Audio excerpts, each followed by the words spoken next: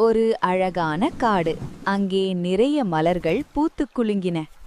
பறவைகள் கீச்சு கீச்சு என்று பாடிக்கொண்டிருந்தன.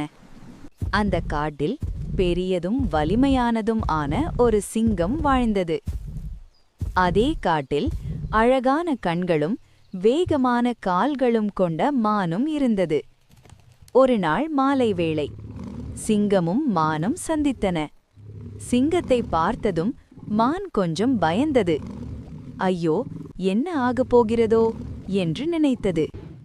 கொஞ்ச நேரம் இருவருக்கும் சண்டை நடந்தது. காடு அமைதியாக இருந்தது. அப்போது திடீரென சிங்கம் வேட்டைக்காரனின் வலையில் சிக்கி துடிதுடித்தது.